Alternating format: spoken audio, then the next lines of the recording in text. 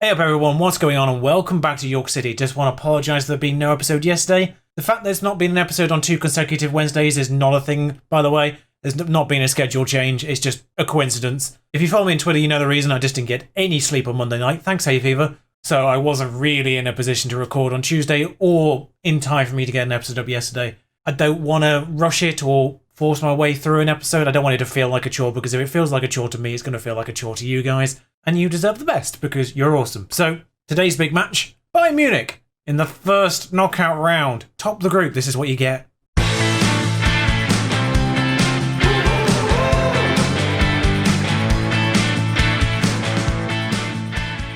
My luck with the Champions League is just get through the group, get Bayern Munich, because it's happened twice on this year's game so far, and I've got Bayern Munich twice. So, on the other one, I had a group of PSG, Barcelona, and a third team who was poor fodder. Topped that one as well with those guys, and then got Bayern Munich in the first knockout round again, who were second in their group, to Arsenal, which is absolute poppycock because we know Arsenal can't beat Bayern Munich. And they did, twice. In this one, Valencia did it, so I don't know what's going on. Because they're first in Bundesliga, they're 11 points clear, they've won most of the previous ones, they've got some of the best players in the world, Zidane's their manager, their estimated value is 2 billion, okay, so is ours in fairness, but yeah, they've got two of the best players in the world. Hep on the left-hand side is and Helio was fairly certain up for Player of the Year at 22. Couple of, obviously, wonder kids in there, Camavinga, Sevilla on goal. Paolo in that attacking midfielder role is pretty handy too. Moved from Man City recently. Gotta say though, striker-wise, they're using an inverted winger. I'm not gonna lie, technically not the best striker, but he's very pacey and decent mentally. I'd argue Hep's the better striker, but I'm guessing they've not got no one else over there at this time.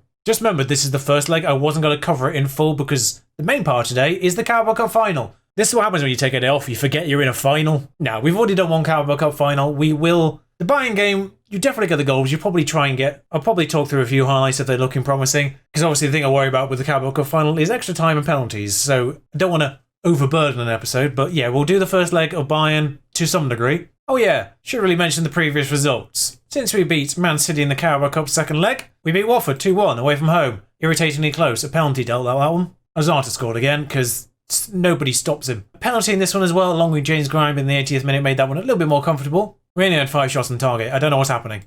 We had more than 5 shots on target in this one. We had 6. They scored in the 5th minute, and I really don't know what to say. Christian was in goal, that's not really much to do with it. Dutra took a small knock, which took him out of this particular match. I actually took him out of the Watford match as well, on purpose just to get Christian in a game. They're 20th, they were the bottom. I figured it might have been alright, and we got away with it, thankfully. But yeah, no one really performed. There was a few rotations just because I wanted to keep a couple of people fresh for Bayern Munich, but not to a degree that should have really affected the team. So, yeah, we lost there. The only saving grace on losing to Sheffield United that weekend is the fact that Man United and Tottenham played each other and drew. So we're still ahead of them. We still got to play Tottenham again for the second time this year. Man United, of course, we played twice already, so it's still in our hands. In terms of the games I worry about, it's really the Arsenal and Chelsea away days. Of course, neither team faring particularly well this year, but they're the two big away games left. All the other main teams we've got to play, Man City, Tottenham, are at home. So, fingers crossed. I love the fact he keeps telling me Callum Nassel is unregistered as if he was ever going to have a chance. I'm not sure why it tells me that, because he's in the under-23 squad. He didn't accept a loan this year. I just want to get him a testimonial, for God's sake. The good news is, whilst a couple of people are on yellow card situations, we are full strength for this first leg away at Bayern Munich. This is the lineup we'll go with, the main 11. Don't really need to talk through it. It's self-explanatory. We're attacking them because that seems to work best,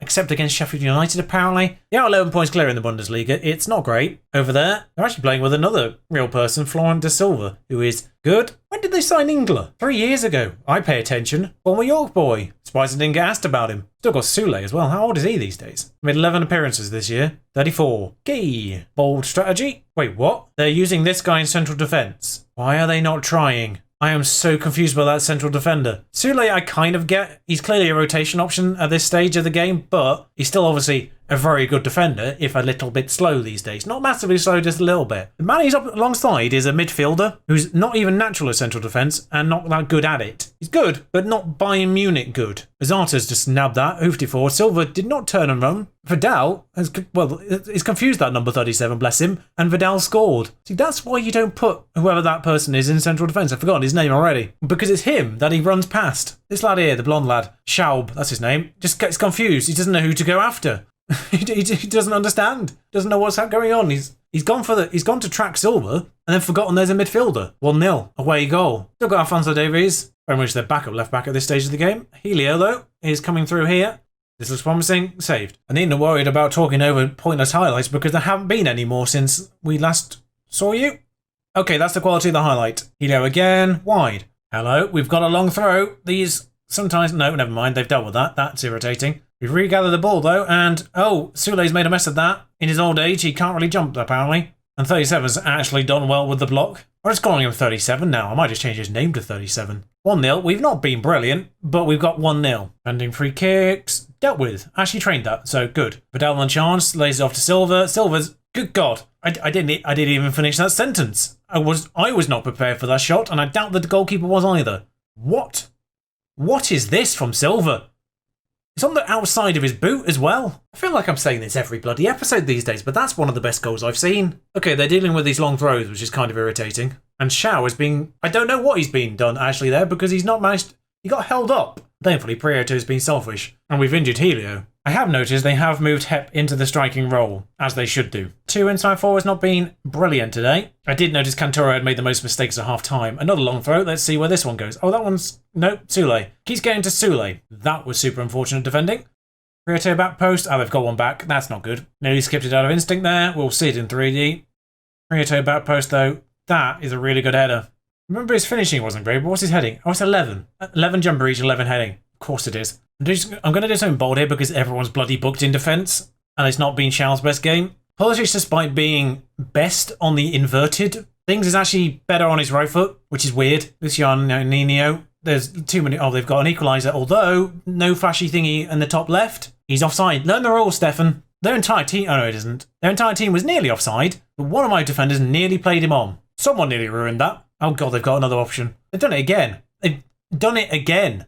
Learn the rules, Bayern Munich. We didn't even get a replay of that one. It was so blatant, I didn't see it, if I'm honest. I hoped and prayed, but I didn't see it clearly myself. Just keep the possession, you imbeciles. What? No.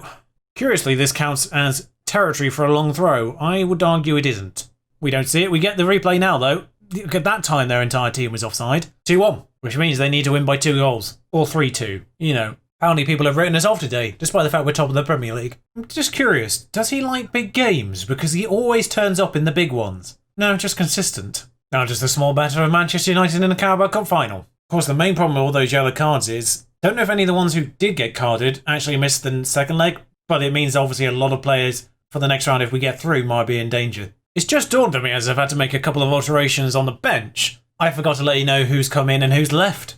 Since we last met, of course, there was a couple of days left in the January transfer window. We actually had to play a leave after that closed, which was a bit irritating. Green Brewster did indeed go on loan to Valencia for his full 72 grand a week and 500k a month because Valencia are idiots. They also wanted to take Koisha on loan as well. I don't know why they wanted 2 strikers from me, but never mind. I didn't send him on loan there. What instead happened is, 2 weeks later, China paid me 50 million for him.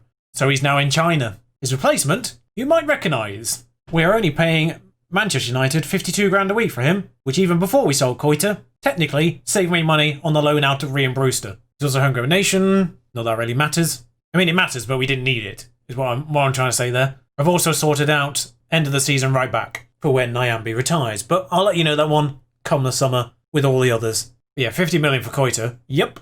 But of course the problem with Foreman is I can't play him now. Not sure if he would have been cup-tied, but his parent club is Manchester United, which is of course the problem here, and Pulisic is cup-tied, so I can't use him either.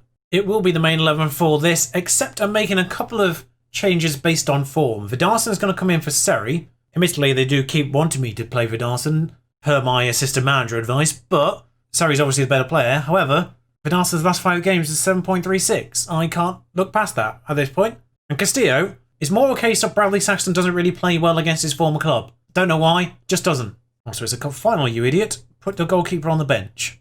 Of course, at this point, their lineup will be all too familiar. They're playing Brian Irving again. Does he just have something in his contract? Speaking of, I think he might have had a new one since we last looked. No, he's on the same wages. It just confuses me so much. He's played 6 times, twice in 2 starts in the league, and one of them was against me.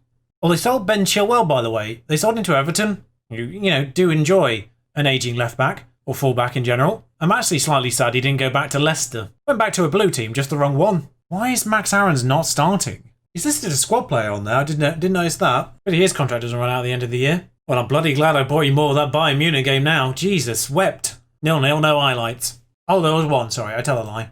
Fire them up, send them out. Media highlight from the kickoff. Good job. Our average rating is 6.6. Basically, theirs is 6.65. What a scintillating game of football. We've had 32% of the possession. What the bloody hell's going on? Meanwhile, we've just gathered possession here. That's all we need to do. Wait for them to make a mistake. They're playing Pickford in goal, which is bold. I'm guessing he's been their Carabao Cup goalkeeper and they're just respecting that. Like, technically, still very, very good. Acceleration 4-3 pace. Ciao. Cards that one well enough, though. There's Lautaro Martinez in all of the space. Number 5, Courage, I think, is overcommitted there. But he's got back into his line. Grimes, hoofs it up the pitch. Upamecano's terrible first touch has allowed Silva to do that. God damn it, Silva. Alright, all the way back to the goalkeeper. We're getting a little bit more highlight-wise now. Castillo. Still Castillo. Yes, he's gone past one, and he's been fouled by... Oh, I thought they were about to send Cook off because he's already on a yellow. But no, Castillo back on the ball, though. I'm looking for the switch there. There it is, Cantoro. I saw it. So did that player. Ramirez is at the post. Silva's on a 6.3, which is something we can't really ignore. Ramirez is nervous. 15 minutes to go. I mean, 15 minutes to go. Everyone's above 70% fitness still. Shaw's got a long throw here. No one's underneath that. Silva was, for some reason. Vidal is Grimes. I don't know if it just hits Grimes or he actually does something with it. We'll find out now. This is really weird. The player, actually, you should be marking Silva, was bending over when the throw was made. He was not paying attention. He's going to get a bollocking. Grimes. It's been a decade, but we finally had a sliding tackle goal go in our favour. One of those nonsense slide tackle goals that would never happen in any way, shape or form in real life. It's happened for me finally. Don't really know what happened with that throw. It was kind of wayward and odd and didn't get to anyone in particular. Now, I think, confusingly, they've got a second Martinez. And I think actual Martinez goes down on the pitch as Lautaro on his name. Silva's made it too. Bang, done. Yeah, so Martinez number 24 defender. Lautaro Martinez is number 11 on this side over here. Confusing. Sergio, hoofs out of the pitch. Ramirez heads it on. It's, yeah, okay, so it's two. Koundé makes a mistake there and Pickford falls over. I was about to say he's 2 goals from 2 mistakes, but he didn't score the first one, did he? Oh, it's Lissandro. They've signed Lissandro Martinez. When did they do that? End of last year. And now it was at Wolves. I remember having that confusion when he was at Wolves. What a baffling signing. Are they trying to confuse people? Now we just deal with a couple of tired legs, I think. And Vidalson. I don't think I'm even going to make a third change here. Don't see the need. Bang, 2-0. Don't get to see the trophy thing in the middle because I'm not playing in 3D. Kind of forgot it was a cup final. Nobody gave us a chance again. We're first in the Premier League, for pity's sake. Surely some people gave us some chance. We've literally beaten them twice this year. At Old Trafford as well. Twice in a row. Are we the only ones? I can see in Manchester there, but I don't know if it alternated. City did win it twice in a row. But, looking at this, the only team in the past 20 years to win it twice in a row. Watford actually got one at one point. Shout out to Watford. Wow. You can see why people don't give a stuff about the Carabao Cup final, don't you? 27 medals are being rewarded for this. I completely forgot that Labad actually played one of the early rounds. So did Kovalev, of course. I brought Callum Nassel on to a match early on in the year in the Carabao Cup. I forgot about that. He's got a medal. He's got a Carabao Cup medal. That's wonderful. So did Armstrong as well, one of the youngsters.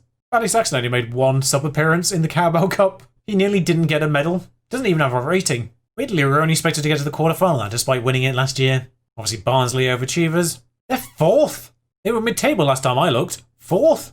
They're 5 points clear of 6th as well. Don't think they're cracking that top 2, but they're going to be in the playoffs. Like, we helped them get promoted last year by sending them about 4 players on loan. I sent Barre back on loan and I sold Van Gastel to them, so Van Gastel's actually having a good year. He's their key player. He's going to be something, I think. 20 years old now, but he's on par with Courage for some reason. Max Ons and Teko in that midfield for us. Probably not going to loan him out next year. 4 finals in a row. Ding, ding, ding, ding, ding. I have masterminded a memorable Carabao Cup victory. Thanks, I guess. Absolutely not. I love it here and I never want to leave. It'll be a terrible York series if I wasn't York manager. Well, there we are. The hiccup against Sheffield United did not pay us dearly in terms of morale in the following 2 massive games. And of course, next time out will be Man City, along with Bayern Munich once more in the second knockout part of that. Words are hard sometimes. First knockout round, second leg. That's the words I'm trying to say. Okay, it's slightly late and I'm still quite tired. And then we've got this April. This April's a bit of a nonsense. Run-in's quite nice, but the April's a bit of a nonsense. I'm actually kind of glad that Arsenal and Chelsea are having good years. I mean, Arsenal are 6th. Chelsea are 11th. They've not sacked Frank yet, curiously. Considering where Tottenham are, we'll probably be playing them along with Chelsea in the episode after that. But Man City and Bayern Munich next time. Until then, ta-ra.